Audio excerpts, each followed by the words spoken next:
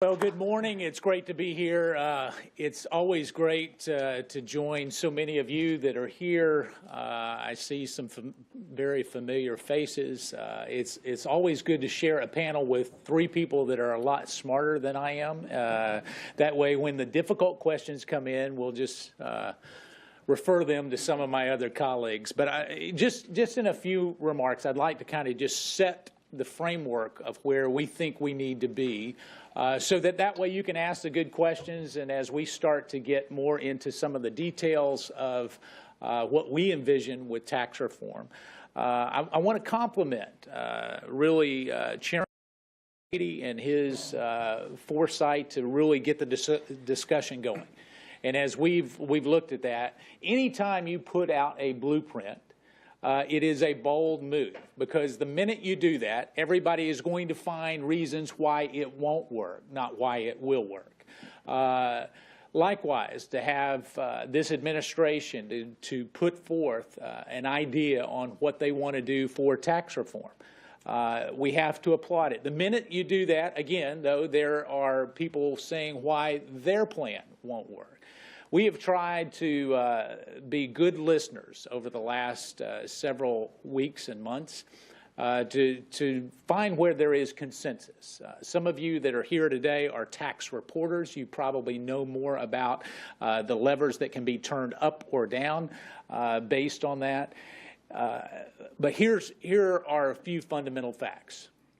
One is there is not consensus for the border adjustment tax. The sooner we acknowledge that and get on with a plan that actually works and actually can build consensus, the better off we will be. So it is not anything where we've taken a formal position against the border adjustment, even though I have one of my colleagues on the panel who will argue we're divided in the Freedom Caucus. We have some who believe it's a great idea, some who believe that it is not a great idea. But the facts, the political facts are, there is not consensus to have a support for the border adjustment tax. So what we hope to line out today is truly a few principles that we believe the majority of the Freedom Caucus, in fact, the majority of the GOP conference, hopefully the majority of the House can get behind to not only lower taxes, but reform, have true tax reform. The second part of that is that time is critical.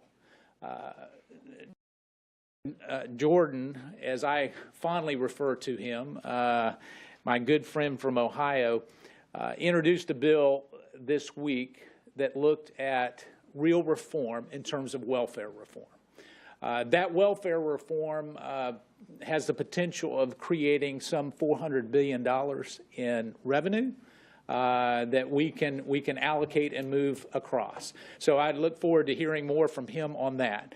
So here's where we have. We believe that time is of the essence. And by that, we need to get tax reform done sooner than later. And by that, we should have a real proposal that we start debating before we leave the end of July. But if not, we've already taken a formal position. We believe that we need to stay in through August until we get it done to make sure that we put the priority for the American people first on the legislative agenda. And so I see from a lot of the heads that are nodding, you believe that we ought to stay here and get it done as well. And so I'm encouraged that I believe that there is the foundation of really coming together. We'll be laying out some 4 principles for tax reform that we think can bring some consensus, and then have vigorous and rigorous debate among some of us in terms of what may or may not work. But thank you for joining us. It's a great crowd today. Look forward to having a good discussion.